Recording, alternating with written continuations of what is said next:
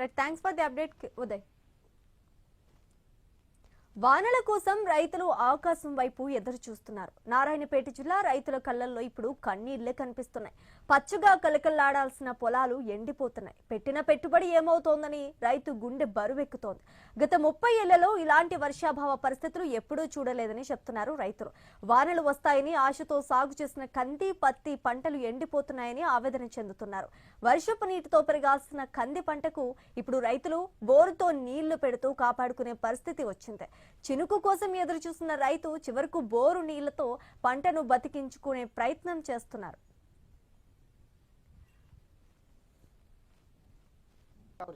లేక అంతా నష్టపోతున్నాము, నీళ్లు విడుతున్నాము, అంతా ఎక్కడ పోతే ఎక్కడ బోరు ఉన్నదానికి తిప్పుతున్నాము.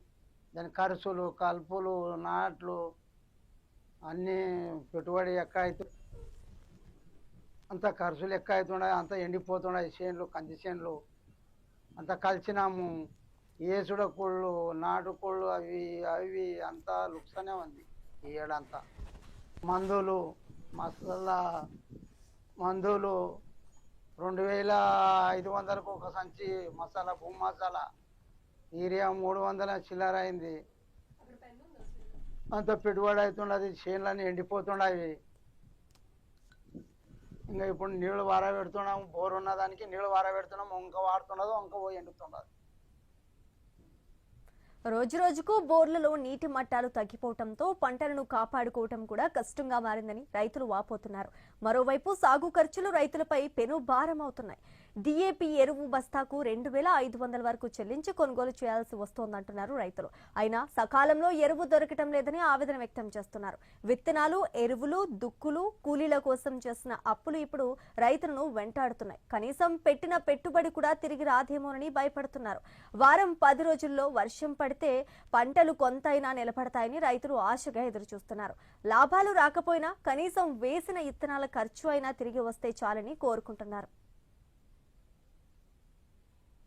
ఏమి పంటలు వేసినాం కానీ ఏం లేదు, అంత వాన వస్తుందని వేసినాం. కందులు ఎండిపోతున్నది, నీళ్ళు వేస్తున్నాం. నీళ్ళు వేస్తే కూడా ఇంకా ఎండిపోతున్నది, ఇంకా నీళ్ళు వేస్తున్నాం. ఏం చేయలే, ఏం లేదు, దేని చేతుల మాట ఉన్నది అర్థం కాకపోయింది. ఇప్పుడు పెట్టుబడి ఏం మస్తు అయింది, వీడికి 10,000 రూపాయలు అయినాయి. దున్కం వచ్చి, రూపకం వచ్చి, దాని కలుపులు, దీనికి 3 ఎకరా భూమికి ఇంత పెట్టినాం. ఎట్లా బతకాలి, ఓనర్ దేవుడు లేక సవాళ్ళ బతకాలా అర్థం కాకొచ్చింది మాకు.